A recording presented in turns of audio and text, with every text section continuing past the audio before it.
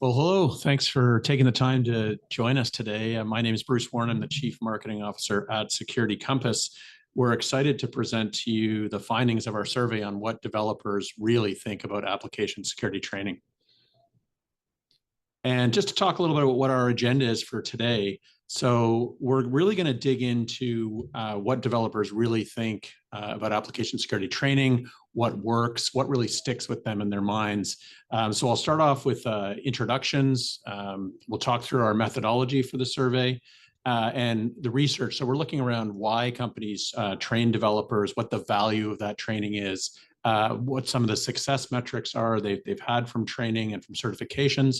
And then we're going to have Q&A at the end. So feel free to enter your questions into Zoom, and we will answer them at the end. We'll keep it participatory. So yeah, just to introduce our speakers, we've got Roit Seth, who's the CEO, and he was employee number one at Security Compass. He also has the esteemed pleasure of being my boss. So any positive feedback on me, feel free to shoot it to Rohit. And I've also got Dr. Gary Edwards, who's the co-founder of Golfdale Consulting. Gary holds a PhD in statistics and research methods. And we also worked together previously at a customer experience management company. And a lot of our customers were in the fast casual food service area. So if you have any questions for Gary about what drives loyalty among those types of brands, feel free to ask him. He knows a lot about application security training as well as various other subjects. We worked together for a few years. So now I'm going to pass it over to Gary to talk about our research methodology. Well, thanks, Bruce. We want to know what developers really think. And of course, folks, one way of knowing that is to ask them. So we did a survey of developers, and primarily developers, the people right on the front line, also some of their managers. And we looked at folks in the US, in Canada, and the UK, and really wanted to get their take on application security, secure coding guidelines, and how that translates into training. Like, how do you stay current? What is it that matters to you? And how well does your company help you or guide you in that process? And so we conducted the survey just a short while ago, and just hot off the presses, we're excited to share with you, again, what developers are really thinking because we asked them. Thank you, Gary. So now we're going to go into our first poll. We're going to keep this interactive. So our first question before we dive into the research findings, and we'll discuss the results a little bit, is does your company mandate application security training? So we'll give everyone a couple minutes to answer that, and then we'll share the results.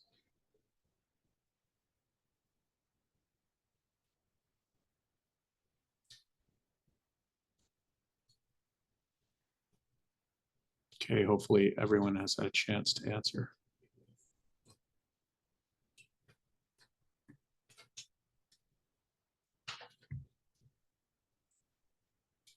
Okay, so now I will turn it over to Gary and Rohit, and you can you share the results of the poll? And if you guys could talk a little bit about what the audience is thinking, as well as maybe contrast with what we got from our broader sample within the research.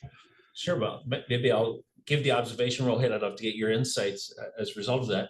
So 100% of folks here participating in our webinar today, and we thank you for your participation, are saying that it is mandatory by the organization.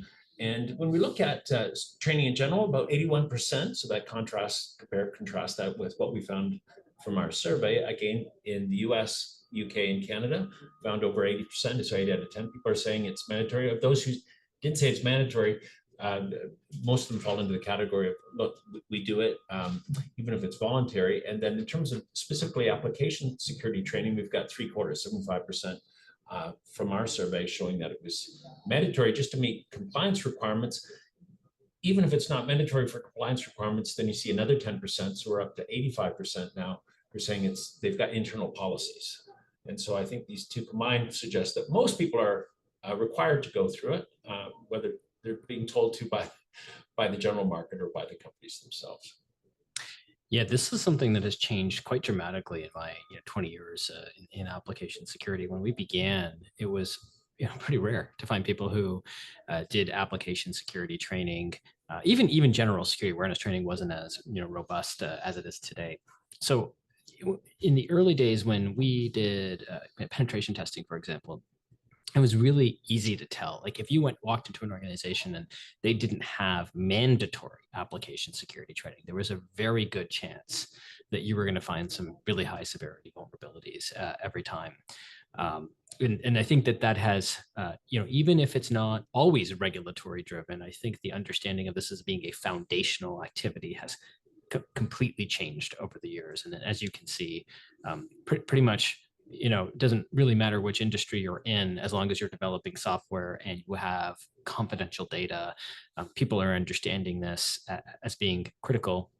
And, lots of different standards laws are pointing towards application security training, either directly or in the scope of, broader secure SDLC. Very good. Well, this research report, I'm sure you'll return to this at the end, Bruce. It's going to be available on Security Compass's website. Yep. It's interactive in nature, so you're seeing here across the top some banners that you can drill into. If we drill into just a little bit, if we go to our next slide, Bruce, you can see if we look at companies with large development teams. So we're looking at 1,000 to almost up to 5,000 devs, engineers, et cetera. It's interesting to look at the results here. Again, look, 100% of them are doing it because they're told to. Doesn't mean they wouldn't do it if they weren't told to, but we certainly know that they're being told to. So if you're a large company and you're doing a lot of software development, then look, whether you understand it to be because the market requires it or because your internal company policy requires it, all of you are suggesting that you need to get this done. And the other thing that we have seen that is reflected, I think, in this data, that particularly this size of company, there's almost no chance of a successful secure by design type initiative if you don't have the foundational work of training. It is absolutely a mandatory step. And so often people start here before they start thinking about rolling out threat modeling, security requirements, anything else that really integrates, security to the design and architecture pieces of the life cycle. I'm curious, Roit, to people studying this, people just like new to the ground or like either studying it now or their first job, have they had this sort of application security training and thinking in their actual learning process prior to entering the workforce, or is this something that they're getting introduced to afterwards? It's an interesting question. Certainly, years ago, it was never. Like I remember graduating computer science and I took a security course and I still didn't learn about application security. It was kind of crazy. I learned how to implement cryptographic algorithms, which is one of the first things you learn not to do once you take security training. But it was not standard. Over the years, I think the certain best practices have started to permeate into general education. But as far as I know, and have seen most recently, it's not that application security as a topic is a prerequisite in most computer science and engineering programs, as much as general knowledge of certain vulnerabilities has become more pervasive. So, you're more likely to walk into a job knowing what SQL injection is, for example, but not necessarily have taken, foundational training to understand the breadth of security considerations when it comes to software development. Gotcha. So you're aware of it, but not necessarily well trained. Right. Exactly. How to mitigate these risks. Yeah.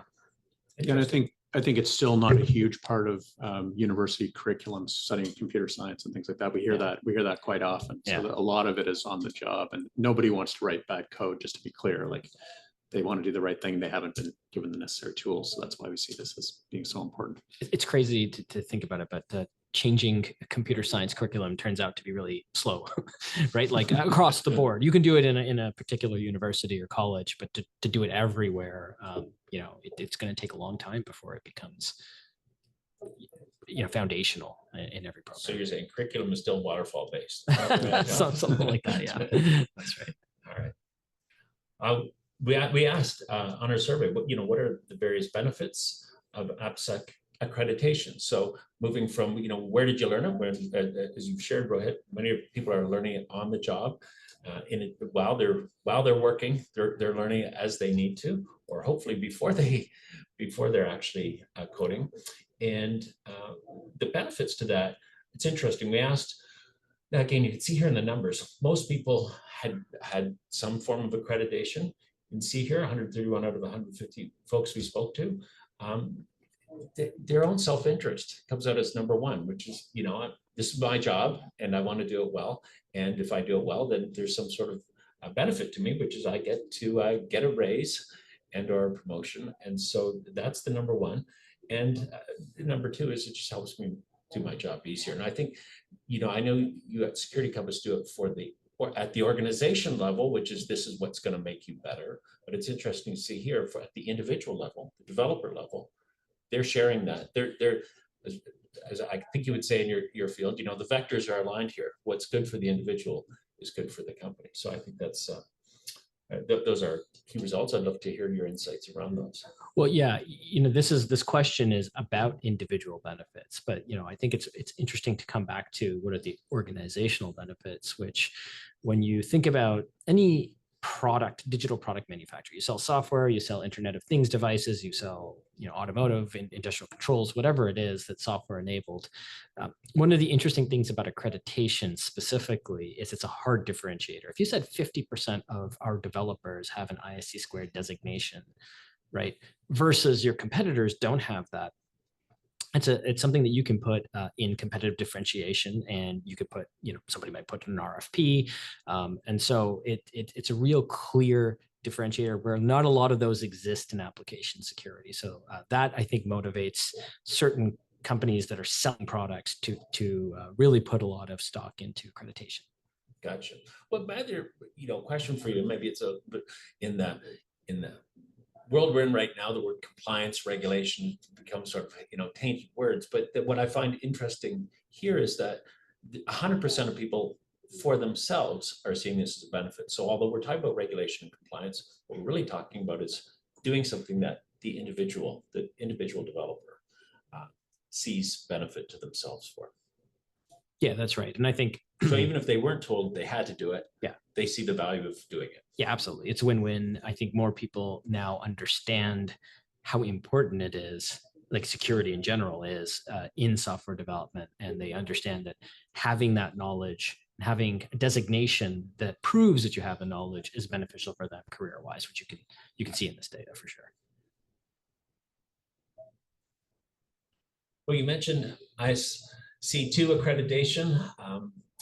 Most are seeing it as, if we take these two, so it's a 5-point scale, you can see here, if we take the extremely 3% very valuable, 45%, we're up to almost 9 out of 10 people are seeing it as being, I'll add new word, quite valuable. Whether you see it as very or extremely, almost no one disagrees that getting ISC² accreditation is helpful. So maybe just guide us a little bit on, so what do you see as the benefits about ISC² accreditation, the accreditation itself? Yeah, I think it has a lot to do with the org, right?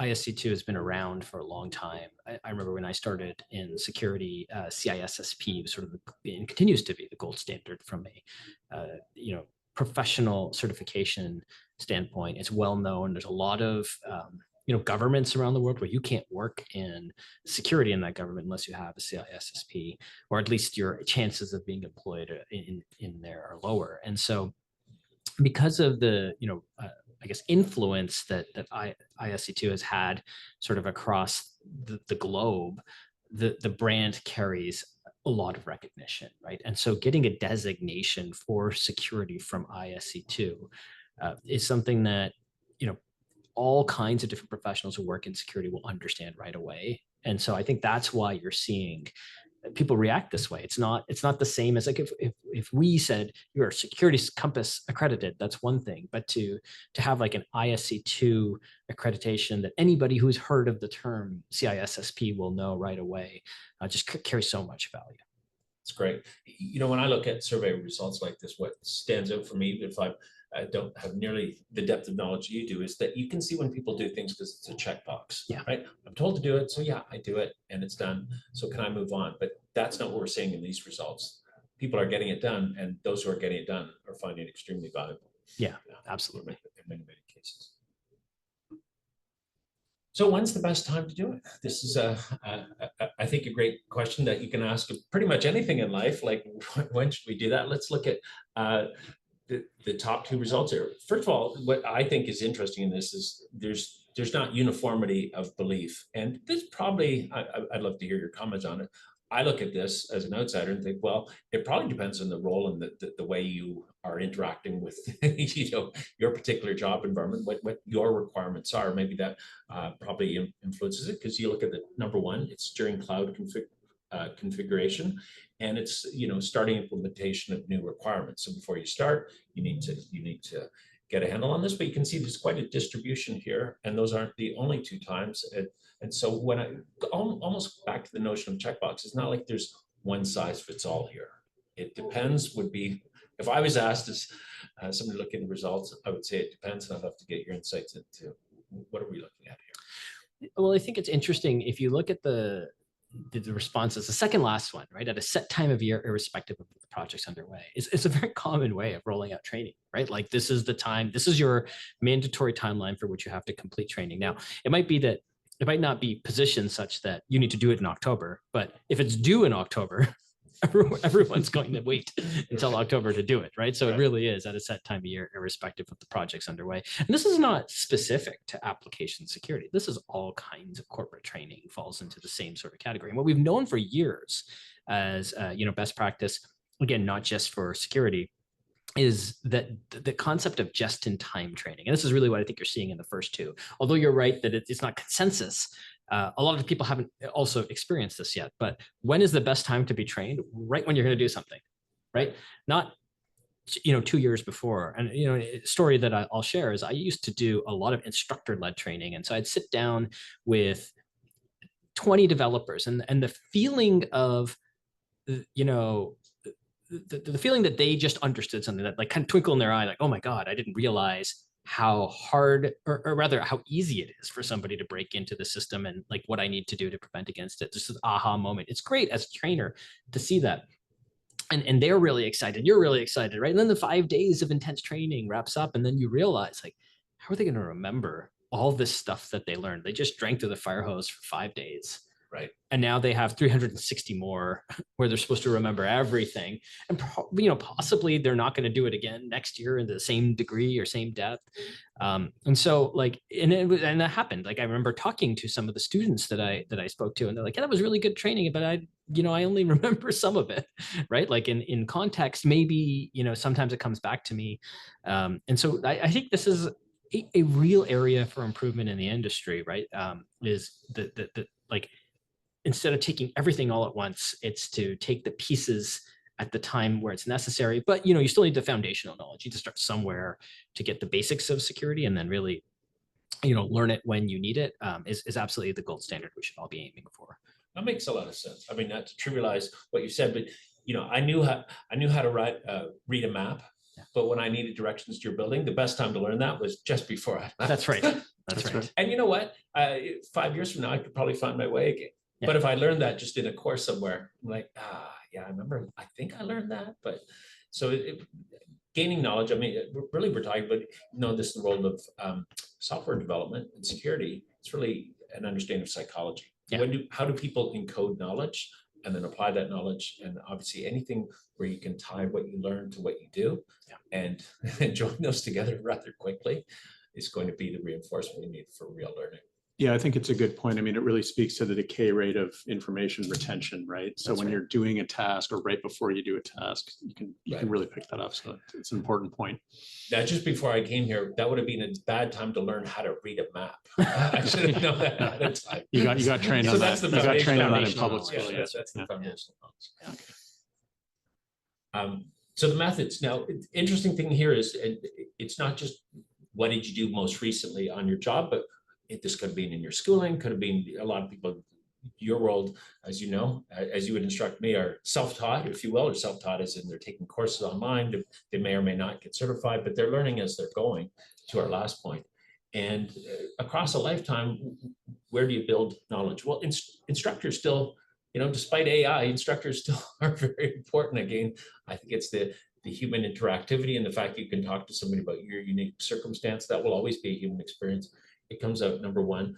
And when you look across, again, all of these different methods, Rohit, I think am I right thinking they're all important? Some are just more prevalent than others. And again, it probably depends on the requirements of the moment and the particular thing that you're learning. And the individual learner, like how do you learn best, right? Everybody Right. has different ways that they learn best. And the more you can offer different methods for that person's learning style, the better, the better experience you're going to have. And ultimately, the more secure software you're going to have. So yeah, there's no clear, a lot of these have been used, for more than half of the respondents, where they've been company funded, but there is no clear one that like is kind of the runaway the best for everybody, right? So yeah, you really got to look at what are the options I can provide and make sure that you have different types of learning available.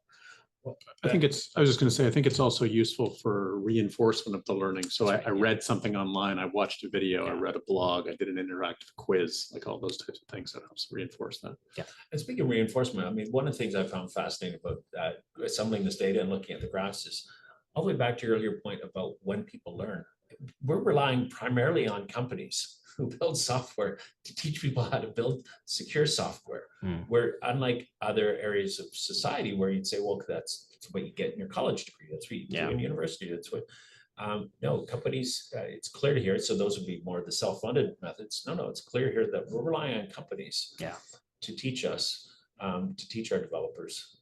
Otherwise, it's pretty clear from here, they would be untaught. We'd be awfully vulnerable without that. Yeah, and again, this like go back to the original point about this was not the standard 20 years ago, right? It was not every company funded this education. Clearly, there's a correlation between how much risk you're willing to absorb with untrained developers versus how much risk you have when the developers are trained. So this is a real acknowledgement that companies understand how important it is to make sure you have an educated workforce.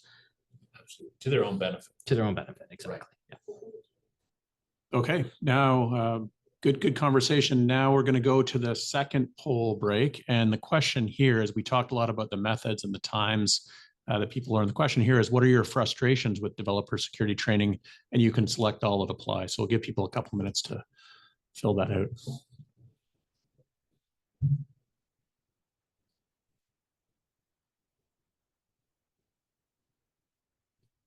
Well, I'm a happy camper, Bruce. We're doing research inside the research. I know, that's good. That's next level. My day just keeps getting better. Yeah. Research recursion. Okay.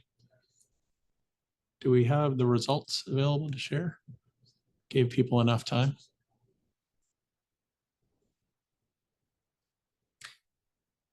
Maybe we can talk about the research results and we can come back to that. Yeah, sure. Just while that's uploading. So in the research, we asked the top 10 most frustrating things. I think this is a good question for Rohit, like what you're seeing in the market. Has this changed over time from our customers? Yeah, I think that number one point, the lack of content for specific regulations, is really, really interesting to me, because there's a philosophical view that security and compliance are at odds, or maybe like not always complementary. And oftentimes there's a purist view that like when you're thinking about security, you shouldn't cloud it with regulatory requirements. You should be thinking about, what are the different ways somebody can break into the system? How do you make sure that you protect against that? And what you're seeing here, I think at least in the research report data, is that if you work in any kind of regulated industry, or even if you work in a not regulated industry, but standards and frameworks are really critical to be able to, for example, you're a software manufacturer, you're not necessarily regulated, but you need to be able to show that you comply with ISO 27001 or whatever standard is that you're using. That tends to drive a lot more of the behavior and needs inside of an organization than most people think about. So if you focus your training solely on what are the potential threats and how do you mitigate against those threats, but you don't acknowledge the compliance obligations, then you've got a gap between what people need to know to be able to do their job and what you're giving them from an education standpoint. So that's what really jumped out at me, I think, from this data. Yeah, well, the other thing I'm seeing is, a few of these are, the differences are nuanced and there's obviously overlap, not keeping the content up to date. And this a challenge in any kind of learning environment is some people need to learn the basics and others who've mastered it are like, yeah, but I want to know the latest thing. I'm already on top of it. Teach me something I don't know. So you look at number 4, specific technologies. I think all these have a considerable overlap, and it's just interesting looking at the list, making sure that, again, all the way back to our earliest point, it's not just a checklist. Yeah. It's got to be content that's really driving this individual's career forward, the company's safety forward, security forward. It requires a lot of effort behind the scenes to make sure that it's relevant, up to date, and very specific to the particular role that the individual developer has. Yeah, and I think it's interesting because a lot of times I think when people maybe have a less nuanced view of application security training, let's say you have to roll out an entire application security program, and application security training is one of those pieces. There's lots of possible options out there, right? And so it's really easy to get to a point where you just find something that is bundled in with a whole bunch of other training and say, like, I've checked the box on application security training, I'm done. But if you look at what people are showing as frustrations, and ultimately if they're frustrated and they're not learning, you're not going to get the benefit of reducing your risk, right? The constraints and what that training needs to do are probably a lot more sophisticated than people who are, just thinking of it as a checkbox exercise understand, right? And the other one that I think jumps out to me when I look at this is the number 2, no integrations to automate enrollments with HR systems. It's just almost counterintuitive, like from the perspective of you want to think about like what's the best experience for your developers, like how it integrates with HR, like how does that matter? But the reality is that when you work in a big company and you have a whole bunch of mandatory compliance training that you need to do, and you have one system that's tracking all of that, and then you're doing something else that's not integrated with those systems, it just creates a lot of overhead for you and headache, right? So it's interesting to see how frustrating that particular element is. Yeah, absolutely. Well, I look at our poll results, not being kept up to date. I don't know, this just popped into my mind. So much in life, developers no different, people chasing the latest shiny thing. I guess the irony, the dark humor is you got to chase after the latest ugly thing. Yeah. What's the most recent ugly thing that I need to be on top of to make sure that my company is safe and I'm doing the right thing? That's right. Yeah. For our users. Anything interesting on the poll results, Rohit, that you're seeing? I mean, obviously it's a bit different than the larger research body shows, but it is in both cases.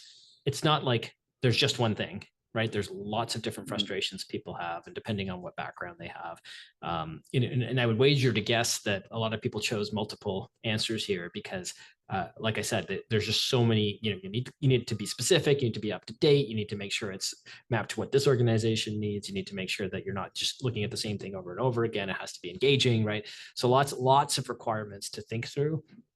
That is really important when you're making a decision on what you're gonna, not just like how much money you're spending, but how you're gonna take this like really valuable resource, which is your developer's time, and make the best use of it. Yeah, that's a great point. Bruce, you're the marketer. I look at this list and I'm like, my marketing mind goes to content is king.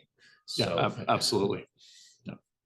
Yeah, nothing more frustrating than we're working on a new language and I need updated training. It's not available from that. That's yeah.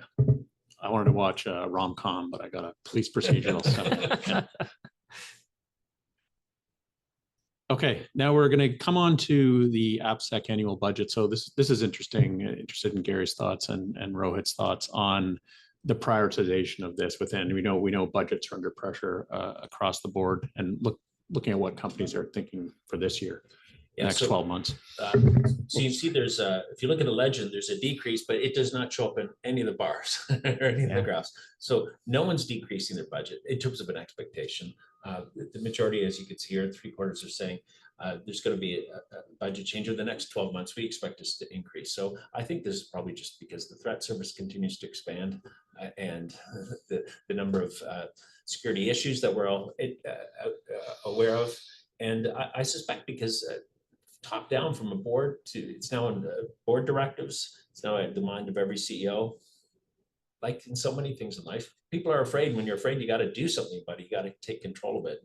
One of the ways you do that is just, running a business. This is about budget and then allocating that responsibly. And what we see here that I think is interesting is that when it's mandatory to meet compliance requirements, the actual budget increase is, the expectation of it increasing is higher for that group than if you look to the far right. And if you see it, it's kind of 50-50. If you see it as voluntary, maybe you're not seeing it as taking, I don't want to say not taking it seriously, but you don't see the threat as being as large versus if you understand that this is mandatory. So, but everyone's saying, most people are saying it's got to increase.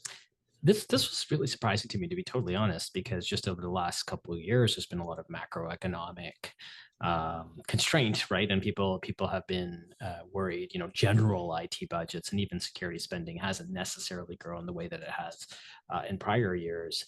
So to see nobody say that the budget is decreasing, I think is a couple of things. I mean, it maybe speaks to a lot of the cuts that they have already done to their application security programs. Maybe have leveled off, and now they're starting to think about building those back up again.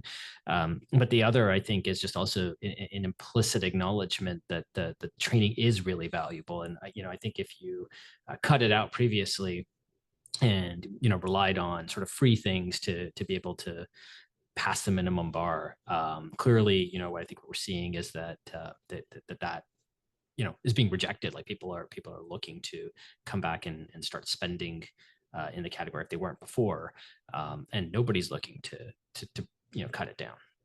And just to state the overly obvious, Rohit, the amount of threats out there hasn't gone down. That's right. Yeah. For the non-developers listening, if you're CEO listening in, you have no reason to be more assured that, oh, it's okay, things are okay now. That's right. We can cut some budgets here. Yeah. Absolutely. Okay. We asked a couple of questions. We're going to look at, first, we asked about regulatory standards, but also let's just start with non-regulatory standards that helps guide your application security best practices. And there's a wide range of these, and they have different, they meet different sets of requirements. But we see the ISO, which always dominates the sort of the role of non-regulatory standards in many different areas. Here it is again for application security training with SOC 2 and others. And I don't know if there's, I guess looking at this, any surprises here in terms of the, kind of the ranking, or what you see as what are guiding organizations, AppSec practices? Yes, if I look at the distribution in this graph, what I would say is that, those first two, ISO 27001, SOC 2, these have been the, I'll call it usual suspects for a number of years when people look to guide general cybersecurity practices, and they need to be able to frame it in such a way that if an external body, a customer, regulator, et cetera, wanted to know what they're doing to build the program and is it sufficient, these two tend to come up the most, especially if you're a software organization. Chances are that you have customers asking you if you have ISO 27001 or you're SOC 2 certified. So it doesn't surprise me that those two have come up as frequently as they have. What is more surprising perhaps for me is seeing BSIM and OpenSAM, which are both security maturity models.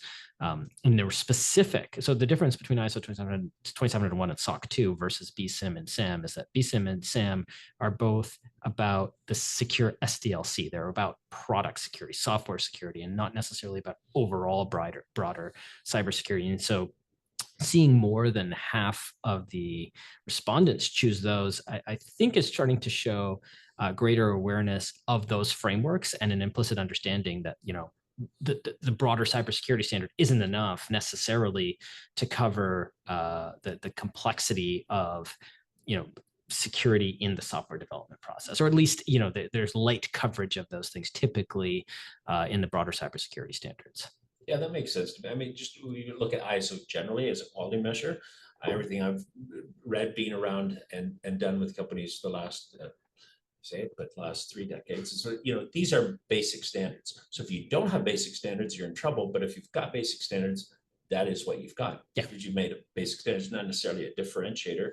You can differentiate yourself in the other way, which is not having quality and run yourself out of business. But it just means that you're showing up to the game. And some of the frameworks, as you're suggesting, could become more differentiators, if you will, for the company. companies who, if they're audited and they say, no, we follow these additional frameworks. Is that correct? Well, I would go even further than that. Say if it's more than 50% are saying that they're following these standards, it's almost not a differentiator anymore. It's a must-have, right? Like if your competitors are all doing it and you're not, you are at a disadvantage, comparatively speaking. Yeah. Okay, now we are going to go into our third and final poll. And the question should be on your screen now and hot on everyone's minds right now is what AI specific frameworks and or standards are you using to assess the risk of AI based applications? So I'll give everyone a moment to fill that out. Maybe as they're filling it out, Bruce, we'll see what the data shows here. But this to me is just so central right now, a question that so many organizations are struggling with. One of the things I think we've seen is that there's like tons and tons of innovation happening in AI, right? And where we see a lot of large organizations, in particular regulated organizations, struggle is whether to trust those systems or not. And these frameworks that you see are kind of, I think I'll call them the beginning, right? Like we don't have the equivalent of an ISO 27001 or SOC 2 where people feel like that is sufficient for me. And once I see that, it's sufficient for me to take on the risk of using this platform. And so they often do their own level of due diligence on top of any standards and frameworks that people are using. So we're still definitely in the early days, I think, of this particular problem set. And it's going to be interesting to see what emerges as that sort of gold standard. Yeah, it's a great point. How far away do you think we are from that, Rohit? Like, are we talking 3 years away from that, 5 years? It's so, it's break out your crystal ball for us. Well, it's AI. It could be 3 days, right? Yeah, it could be 3 days. Yeah, but right. It's hard. It's really hard to say. So looking at the data that shows up here, right? The OWASP top 10 appears 3 out of 8 times. Nothing really has come up as the standard, which is kind of reflects, I think, what we've heard in industry. The interesting about the OWASP top 10 is it's specific, right? You're talking about specific threats. Usually when you get into these other broader frameworks, they're higher level and you have to kind of figure out what that means in your context and what your risk appetite is, et cetera. So you say the OWASP top 10 is more technical, more specific, and clearly people, are looking at that for something. But when do we get to the point where there's like a standard that everybody recognizes and appreciates? It's really hard to say, partially because it's changing so much that if you were just to put this at the standard today, right, in 6 months it's outdated, totally right? So and that's just a general challenge I think we have with security and AI. So it'll be interesting to see if, like, say for example, the ISO frameworks that are coming up start to become that gold standard, or it's a consortium of industry players that come up with the standard, or it's one of these, that like the OWASP top 10 becomes the thing that everybody looks for. It's really hard to say. Well, I think obviously politics is kind of interesting right now, as I'm sure everyone in the audience realizes. So, but at a government level, at a compliance level, this is getting bandied back and forth, right? Yeah. Biden put in his AI Safety Act. Trump took it out, but the same thing is happening in Europe, which is governments are seeing AI as a differentiator.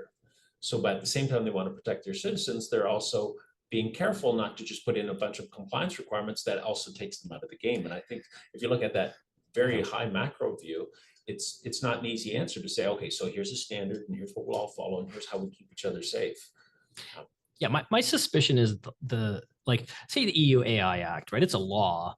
And it's a law meant to help people trust all kinds of different aspects of AI, but it's not really meant to be that like certification that the thing that you're looking at passes, a bunch of technical controls. I don't think it's ever gonna. I don't think you're gonna see many laws do that. So my guess is it's probably something more like a NIST or ISO standard that is a framework people can choose to use, right?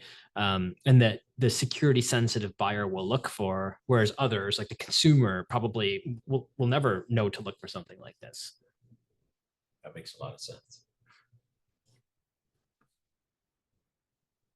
Okay, so thanks. Really good discussion on the points. So feel free to ping your questions into Zoom, and we'll answer them. We've had a couple come through. I'm just gonna call this up right now.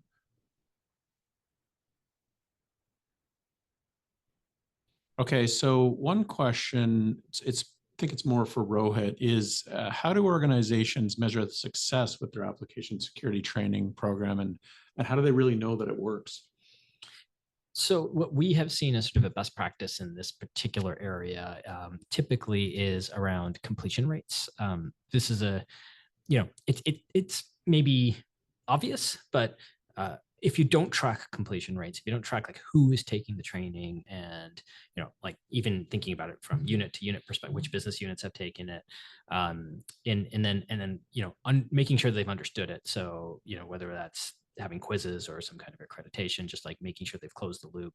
You don't really know, right, whether or not you're getting success with the program. So I think measuring completion rates is a really critical one. We see it all the time.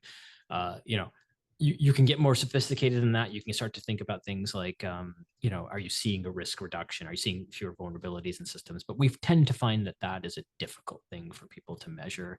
And so, we use a proxy of like, people have taken the training, they've understood the training, they've retained it as a way to know that the software they're looking at and the building will be lower risk. Interesting. Myself and Rohit, I know you other parents in the group, the first question is just, did you do it? Yeah. And then the second question is, now how well did you do? And how can we help you do better? But the first question always has to be just like, did you get it done? Yeah. Let's get it done. Sorry, just one more thing to add to that. So like, if you think about sort of like completion rates as like that, the highest level, if you have accreditations, like that is, a good, like I said, that's the data that you get to share externally, right? Like the accreditation rate. So I think that is a really critical one that we have seen, companies use. And then I think the other one, which is maybe not training specific, but this is more your entire security program, right, is being able to satisfy compliance. So can you say that you are compliant now as a result of having done it, or can you say you're at a level of maturity in a maturity model as a result of having done it? So that's more organizational wide rather than as an individual. And there's am I right, just on the compliance side, it's almost like safe harbor, and that even absent laws, your ability to just say, no, here's our process, here's our procedure, here's some numbers we're tracking. If things go sideways, and unfortunately, in this world, things go sideways a lot, being able to look back and say, okay, but we didn't foresee this, but here's all the measures we've taken, even absent a lawmaker telling me I had to, here's what I did. It's not perfect safe harbor, but certainly you're in a much better place than if you've done nothing at all. Defensibility, I think, is the word we use. And I would say that what's really interesting, and not to get too much of a tangent here, but in the European Union, they changed the product liability directive so that 2 years from October, I think, or November, in Europe, every member state will have to have passed a law that basically now a software manufacturer can be held liable for the damages caused by security defects. And so now coming back to this point, imagine you're a software manufacturer, you have customers in Europe, there's a breach, they have millions or billions of dollars of damage, they come back after you. One of the things you're going to have to do is prove that you've integrated security into your development process. And you can be sure that because of the widespread proliferation of training, that's one of the things people are going to look for. And if you don't have evidence that you have trained your developers, that's probably not a position you want to be in when liability comes to fruition a couple of years from now. So I don't want to be in front of the judge and say, hey, nobody told me I had to. or our developers took training, I think, right? Like I don't have the evidence to show you, but I'm pretty sure they took it, right? That's not going to be enough. We just had a question come in. I think this one's really insightful. It's a two-parter. Okay. What are some things that organizations that prioritize AppSec training have in common? And then on the flip side of that coin, what are some things that organizations that don't prioritize AppSec training have in common? I mean, it's completely related to how how central application security and cybersecurity is like to that organization. How seriously do they take it, right? So one thing that you saw sort of the compliance requirements. Remember, compliance doesn't necessarily mean comply with the law. It could be complying with the standard. So just about everybody who takes it seriously has adopted a framework or standard of some kind, right? They don't necessarily have customer pressure, but they have some need for external audiences, stakeholders. So whether that is their board, their shareholders, whether that is regulators, whether that is customers, somebody cares about the security of the systems that they're building. And so they've taken the stance of adopting some kind of standard or framework. I think that is often, a pretty good correlation with they take security seriously, or at least that's a mandatory. I shouldn't say it's correlation. It was mandatory for them essentially to take security seriously. Vice versa, if you go to a company where like they don't really want to impose minimum sets of standards or requirements, right? They don't want to choose a framework. There's a lot of software manufacturers that frankly, don't need to comply with anything, and they choose not to because it adds cost, to their operations. And so those are the ones where I think you see people taking voluntary training, right? They're doing it because they think it's good for themselves, not because the organization supports it, right? And of course, the other thing that ties with, okay, well, you've taken it seriously because you've adopted a framework, budget, right? It's one thing to say, we take it seriously, but then not back it up with money to, fund whatever it is, whether it's training or tools or anything else to make it happen. And so the organizations that do that, they say we take security seriously, but they don't really allocate the sufficient budget to hit their needs. And so you can imagine, again, in those cases, that's probably an organization that doesn't take it too seriously. They might look at, there's free resources out there. Go train yourself, right? And then that'll be our training. And so we've seen that certainly before. So I think those are probably the biggest correlations in my mind. We had another one related to that slide that we showed all the different types of training, and question for both of you. And what does multifaceted training look like to you? Is this multiple ways to complete the mandatory annual training, or is it outside of mandatory training having different options or that are available to pursue more training if you so wish outside of the mandatory piece? Yes, I'll give my take. I think that the interpretation of what multifaceted means, I think it comes back to that first question, which is how seriously do you take application security training? In an ideal world, it is you have mandatory training. Mandatory training typically takes a single form factor of some kind, right? Just so you can make sure you have it consistent across all of the different learners. But for example, if you've rolled out a security champions program, you might have the champions have additional training available to them. They have lunch and learns. They have, expert speakers come in. And so I have definitely seen those organizations that take that piece very, very seriously. They have many different kinds of training available, many different modes of training available, particularly for the security champion type person who's a subject matter expert in security embedded in development teams. They might not be cybersecurity in background. They might still be a developer, but they're ramping up on their security knowledge. Whereas I think there are other cases where it's more just like we have 2 or 3 different kinds of training, right? We have the kind of instructor-led training, we have some hands-on training, and we have a wiki page or something along those lines, just to be able to facilitate different types of learning. But they maybe don't make as big of an investment in terms of an entire program with champions, et cetera. Right. Makes sense. Okay. A multifaceted answer. That's right. This is a good question, and definitely some nuance here. And you talked earlier, Rohit, about training being like the foundation for secure software development. But the question is a good one. What's the relationship between application security training and your security posture as an organization? Yeah, like I alluded to that at the very beginning. I think I don't think we have data to show that if you didn't take training, you have a worse security posture. In terms of a question from the survey that proves that out. But my experience, when we began as a consulting company and we did penetration testing and threat modeling and code reviews, et cetera, was there was a clear correlation. Like I said, like if you did not take training, the code that was being built, and it makes complete logical sense because it's being built is not going to have the same robustness from a security perspective. The only time you're going to find security issues is because they were discovered in a penetration test or during static analysis, or worse, right? An incident of some kind. Yeah. So yeah, I think it is absolutely foundational and highly correlated. More secure, more secure posture comes from an educated workforce that understands the potential threats. And maybe one thing I'd add to that is like there's the risk of people not knowing just how broad the problem is. So when I used to teach developers, many times I would see the developers would come in to the class and they would think they know security, right?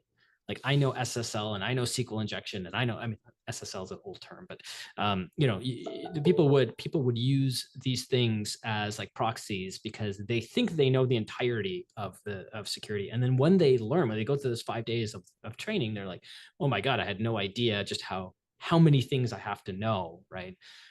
So there's this concern that if you don't do the security training, people can downplay just how much risk they have and be completely unaware until, like I said, something bad happens, and then they start to open their eyes as to just how broad all of the security knowledge they need is. Okay, we just have one final question. So we saw that budgets were generally increasing or at least staying the same, but we had a question come in. Do you have advice for me to ensure I maintain my AppSec training budget for this year? How do I make the case to management that this is important to invest? And I think that kind of encapsulates a lot of the things we've been talking about today. So, I'll try to avoid the consultant answer, which is it depends and your scope and blah, blah, blah. So I'll just give a more generic answer. Part of the reason you're watching this webinar, and I appreciate that. But coming to research, right? Whether it's this research or any other research, just to understand kind of best practice. And so if you see that 100% of organizations are either maintaining or increasing, in fact, most are increasing their investment in security awareness training for developers, and you're in a position where that might contract, right?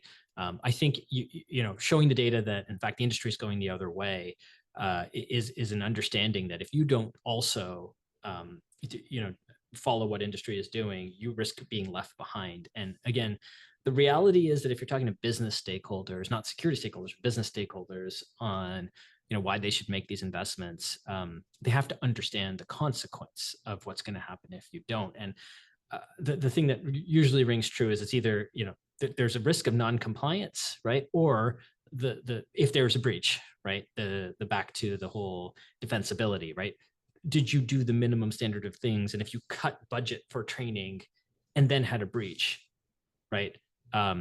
While the industry is continuing to spend more, that's going to be a really hard place to begin with. So that's kind of where I just generally or generically, I think I would say to start your positioning.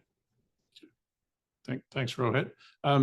Yeah, so that brings us to the end of our webinar. Just want to talk about a couple of upcoming research reports. So I may be biased because I'm in marketing, perhaps, but we've got a lot of great resources on the website, securitycompass.com. We're launching 2 studies. One of them is in field right now, and that's the 2025 version of a study we did last year. And we've done it on threat modeling for a couple of years previously as well on security by design and threat modeling. So that's going to be available in April. And then the next one that we're doing is on secure development and ATO in the US federal government space, and that one will be available in May. So thanks to everyone for their time today, and thank you to Gary and Rohit. Really, really good discussion and great questions from the audience. So thanks for submitting those. So if you want to see a demo of our application security training offerings, please come to the website as well. There's lots of good content to consume, both on the research side, blogs, videos, because we take application security training seriously. So we've got material that will help adapt to anyone's learning style. There's lots of different ways, and feel free to get in contact with there. So thanks so much. Thank you. Thank you.